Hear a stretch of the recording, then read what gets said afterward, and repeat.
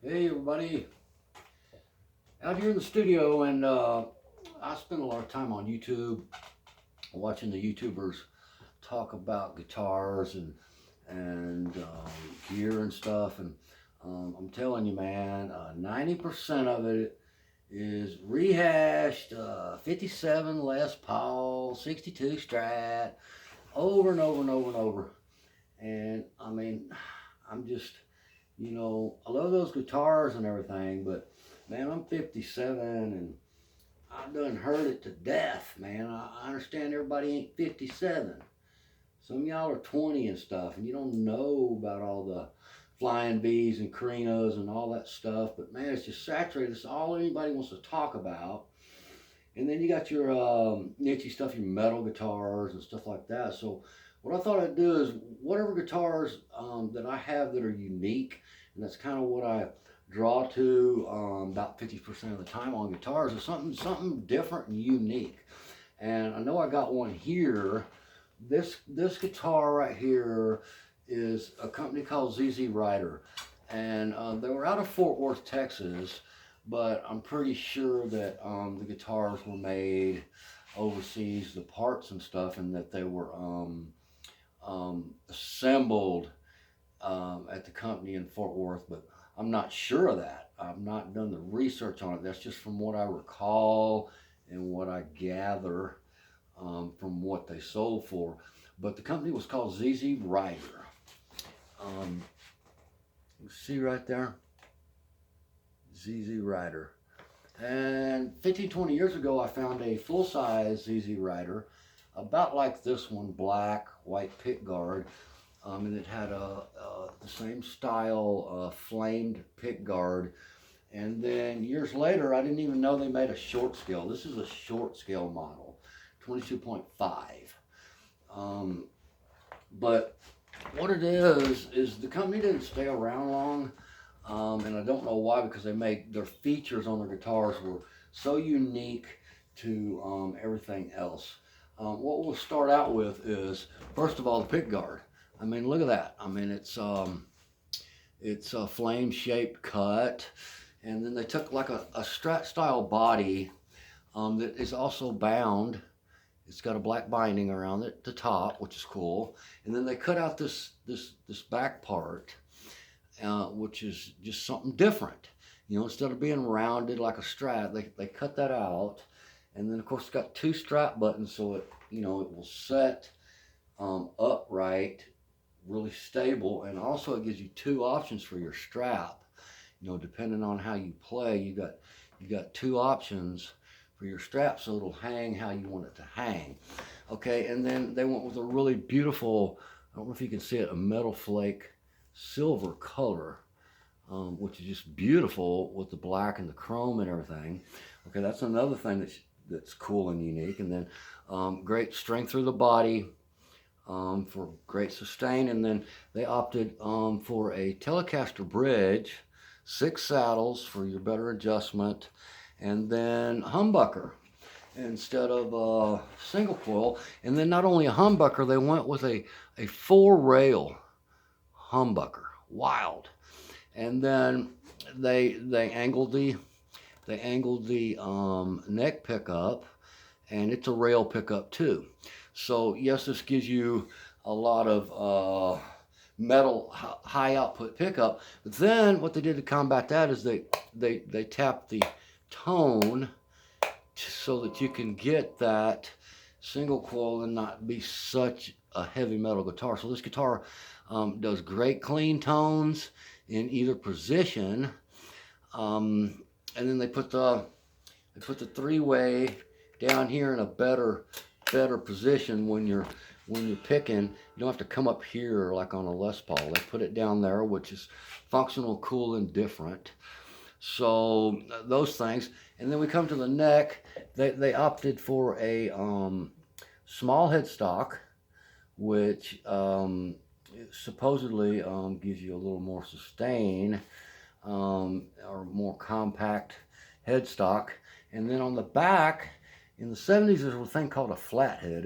It's a chrome, about an 1/8 inch thick chrome plate that's on the back of the headstock that's supposed to promote promote sustain also. And then the keys are mounted on top. They've got nice sealed keys, and that's called a flathead, is what it was. The original brand was called. Now this is a different brand, but it's got the flathead. It's got a 3 on a side keys with on a Strat 2-horn body, which is a little bit different. What else? Okay, and you notice the lock and nut on there. It didn't come with a lock and nut. It's got a 0 fret also. Right here, 0 fret.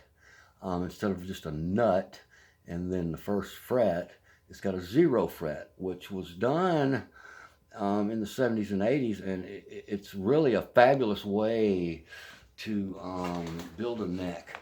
That means the nut behind it is lower than that 0 fret. So the string's right across that, and it keeps you at perfect distance over the first fret. So it works really great, and I don't know why companies stopped doing that, because it just works better. But the nut broke on me, and I didn't have one that was the right size and width. So temporarily, I just installed a Floyd Rose type locking nut that is lower than the 0 fret. The nut has to be lower than this 0 fret. This is just kind of a string guide. And then I've just got the lockers on it. They're not locked. They're just holding the string so they don't pop out. But I will get a nut and fix that. And then it's the 22.5 scale, which gives you great action as far as being able to get the strings lower, because the tension's lower on that scale length. But just such an oddball in every way. Football jack. I mean, it's just built so different. Even has a belly cut, a slight belly cut, but built so different. It's got a really great sound to it.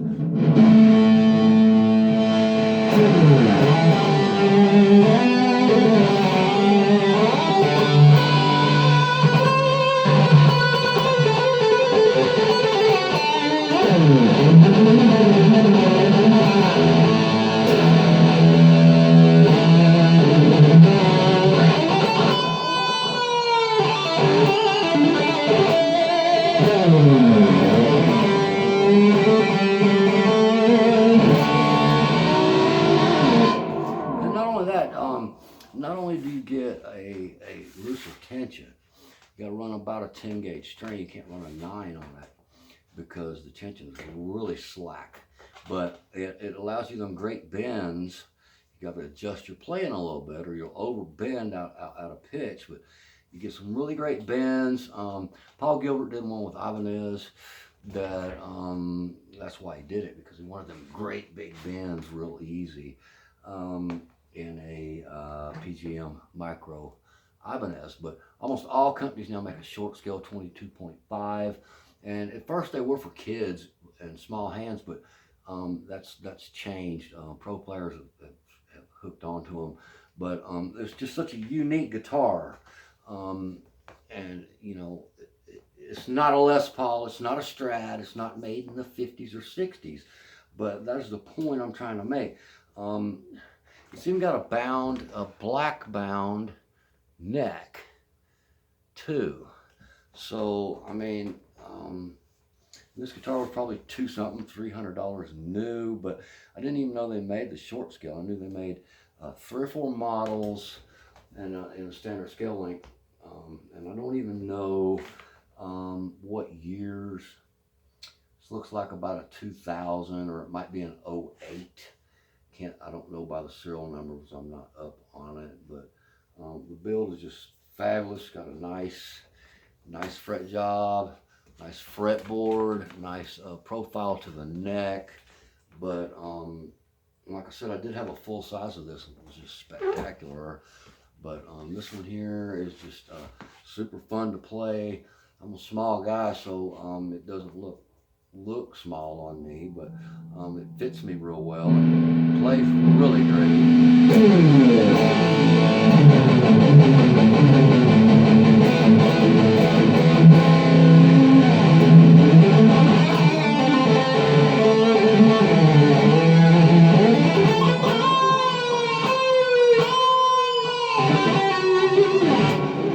great over bends, you know. I mean, and technically you're supposed to bend to pitch, but there's a lot to be said about bending a little bit past or in between the octaves or notes or whatever. But I just wanted to share something different. It's not $1 million guitar. It's not vintage, but it has so much more cool factor than a lot of the stuff you just seen your whole life, you know, which is cool for what it is, because vintage guitars are cool. And then I've also got some vintage guitars that are not high-end stuff. They're catalog guitars from Sears and Roebuck, and from the 80s and 70s, and they've cured all these years, and they were really, really cheap at the time. You know, $79, $69, but nowadays that would equal about a $200